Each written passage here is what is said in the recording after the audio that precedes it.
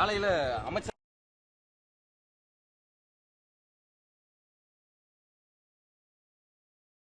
கூட்டம் என்பது நடைபெற்றிருக்கிறது. விசிகாவுடைய அமைச்சர் தமிழக வெற்றி கழகத்தில் அமைச்சரவையில் இடம்பெற்றிருக்கிறார். என்ன பேசியிருக்காங்க, சாதிவாரி கணக்கெடுப்பு தொடர்பாக என்ன பேசப்பட்டிருக்கு, என்ன விசிகாவுடைய நிலைப்பாடு என்ன? விடுதலை சிறுத்தைகள் கட்சியை பொறுத்தவரை ஒடுக்கப்பட்ட மக்களுக்கான விடுதலைக்காக, அவருடைய உரிமைகளுக்காக பாடுபடுகின்ற கட்சி என்பதோடு மட்டுமல்ல, குறிப்பாக சமூக நீதி கோட்பாட்டில் மிக உறுதியாக இருக்கக்கூடிய ஒரு கட்சி. அதனால்தான் மண்டல் கமிஷன் நடைமுறைப்படுத்தப்பட்ட பொழுது மண்டல் கமிஷனை வரவேற்று மண்டல் கமிஷனுக்கு ஆதரவாக செயல்பட்ட ஒரு கட்சி விடுதலை சிறுத்தைகள் கட்சி. இன்றைக்கு சாதிவாரி கணக்கெடுப்பு என்பது மேலெழுந்த வாரியாக இது ஏதோ பிற்படுத்தப்பட்ட மக்களுடைய ஒரு பிரச்சனை என்பது போல தோற்றமளித்தாலும் பரந்தப்பட்ட அளவில் இது ஒரு சமூக நீதி பிரச்சனை. இப்போ ஒடுக்கப்பட்ட மக்களை பொறுத்தவரை உங்களுக்கு தெரியும், சென்சஸ்ல ஏற்கனவே வந்து கேஸ்ட் சென்சஸ் வந்து எஸ்சி எஸ்டிக்கு வந்து இருக்கு. கேஸ்ட் சென்சஸ் இல்லாத ஒரு செக்மெண்ட் வந்து பேக்வர்ட் கிளாஸ். அப்ப இந்த கேஸ்ட் சென்சஸ் எடுக்கணும்ன்றது இது பேக்வர்ட் கிளாஸ்னு குறுக்கி பார்க்காம இது வந்து சமூக நீதி பிரச்சனை என்கின்ற அளவில் தான் விடுதலை சிறுத்தைகள் கட்சி தொடர்ந்து பார்த்து வருகிறது. அந்த வகையில தான் ஆரம்பத்திலிருந்து இது மாதிரியான கோரிக்கை எழுந்தபொழுது, சாதிவாரி கணக்கெடுப்பு கோரிக்கை எழுந்தபோது விடுதலை சிறுத்தைகள் கட்சி அதை ஆதரித்து வந்தது. கடந்த ஆட்சி காலத்தில் கூட சட்டமன்றத்தில் இது தொடர்பான விவாதங்கள் வந்தபொழுது கூட சாதிவாரி கணக்கெடுப்பை நடத்த வேண்டும் என்று சொன்னது. இன்னும் குறிப்பாக இப்போ வந்து சாதிவாரி கணக்கெடுப்பு மாநில அளவில் இல்ல, சாதிவாரி சர்வே தான் எடுக்க முடியும், கேஸ்ட் சர்வே தான் எடுக்க முடியும். இருந்தாலும் அது வந்து இன்றைய சூழலில் வந்து தேவைப்படுகிறது என்கின்ற நிலையில தான் அதை ஆதரிக்கக்கூடிய நிலையில் விடுதலை சிறுத்தைகள் கட்சி இருந்து கொண்டிருக்கிறது.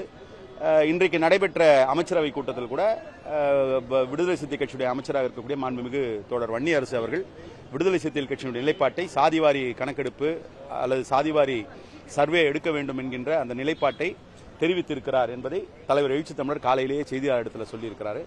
இன்றைக்கு அதே நேரத்தில் இது தொடர்பாக வந்து பாட்டாளி மக்கள் கட்சியின் சார்பில் ஒரு கூட்டம் கூட்டப்பட்டது. அந்த கூட்டத்திற்கு விடுதலை சிறுத்தைகள் கட்சிக்கும் அழைப்பு அனுப்பப்பட்டது. அவர்கள் தரப்பிலும் நேரடியாக தொடர்பு கொண்டு பேசினார்கள்.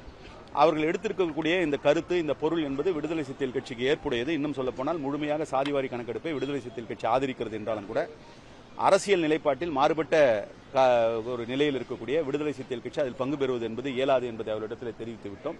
அவருடைய அழைப்புக்கு நன்றியும் தெரிவித்தோம். சாதிவாரி கணக்கெடுப்பு எடுத்தா பட்டியலின மக்களுக்கான இடஒதுக்கீடுல எதுவும் பிரச்சனை வராதா? ஏன்னா அது சந்தேகம் இருந்துகிட்டே இருக்கு. இல்ல, இதுக்கு அதுக்கும் தொடர்பு இல்ல. நீங்க வந்து அதான் சொன்னல, ஏற்கனவே பட்டியலின மக்களுக்கான சாதிய கணக்கெடுப்பு எடுக்கப்பட்டிருக்கு. ஒவ்வொரு கணக்கெடுப்பின் பொழுதும் பட்டியலின மக்களுக்கு அந்தந்த பிரிவுக்கான கணக்கெடுப்பு இருக்கிறது. இப்ப ஆன் ரெக்கார்டே இருக்கு. கடைசியா எடுத்த சென்சஸ்ல பட்டியலின மக்கள் இருக்கக்கூடிய பல்வேறு பிரிவுகளுடைய கணக்கு இருக்கு. ஆனால் இதுக்கும் அதுக்கும் தொடர்பு இல்லை. ஆனால் என்ன சொல்லப்படுகிறது அல்லது வந்து எதற்கு வந்து இது வந்து பயன்படக்கூடும் என்று சொன்னால், ஏற்கனவே இங்கே வந்து உள் ஒதுக்கீடு தொடர்பான பிரச்சனைகள்லாம் இருக்கு. அதை கடந்து 69% இடஒதுக்கீடு என்பது தமிழ்நாட்டிலே மட்டும் இருக்கிறது. இந்த 69% இடஒதுக்கீட்டுக்கு இப்பொழுதைக்கு எழுந்த சில பிரச்சனைகள்லாம் கூட நீதிமன்றத்தில் தீர்ப்பு வைக்கப்பட்டாலும் கூட என்றைக்குமே இதற்கு வந்து ஒரு ஆபத்து இருக்கிறது.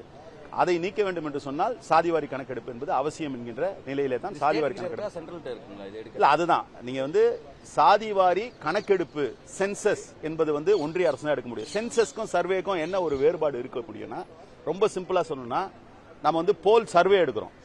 போல் சர்வே எடுப்பதற்கும் போல் ரிசல்ட் வரதுக்குமான வேறுபாடு. ரிசல்ட் என்பது அறுதியிட்டு இவங்க வாக்குகள் எடுத்திருக்காங்க நமக்கு தெரியற மாதிரி தான் வந்து சென்சஸ்ல வந்து அறுதியிட்டு இந்தந்த சமூகங்கள் இத்தனை பேர் இருக்கிறாங்கன்னு தெரியும். சர்வேல வந்து இது ஒரு ஊகம் தான். அதனால அதுல வந்து ஒரு அன்சர்டனிட்டி இருக்குன்றதுனால தான் சில நேரங்களில் நீதிமன்றங்கள் கூட அதை வந்து முழுமையா எடுத்துக்க முடியாத ஒரு சூழல்லாம் உருவாகி இருக்கிறது. ஆனா இப்போதைக்கு சர்வே என்பது தேவைப்படுகிறது, அதை நடத்த வேண்டும். அடுத்து உடனடியாக இது தொடர்பாக மாநில அரசை சர்வேக்கு எந்த அளவுக்கு வற்புறுத்தணுமோ அதே அளவிற்கு ஒன்றிய அரசை வற்புறுத்த வேண்டும். இந்த நேரத்தில் வந்து பாட்டாளி மக்கள் கட்சி கூட அவங்க வந்து தொடர்ந்து வந்து மாநிலத்தில் வந்து சர்வே எடுக்கணும் கடந்த காலத்திலையும் வலியுறுத்திட்டு இருந்தாங்க, இப்பவும் வலியுறுத்திட்டு இருக்காங்க. அது ஒன்றும் தப்பு இல்லை. ஆனா அதோடு நின்றக்கூடாது. அவங்க ஒன்றிய அளவுலையும் பாஜகவோட நல்ல உறவு முறையில் இருக்காங்க. உண்மையிலேயே வந்து இது வந்து முழுமையான தீர்வு வரணும். ஒன்றிய அளவில் சாதிவாரி கணக்கெடுப்பு எடுப்பதற்கான நகர்வை பாட்டாளி மக்கள் கட்சி முன்னெடுக்கிறது. சர்வே எடுக்கிறதுக்கு தமிழக அரசு வெற்றி கழகம் தயாரா இருக்குன்னு நினைக்கிறீங்களா?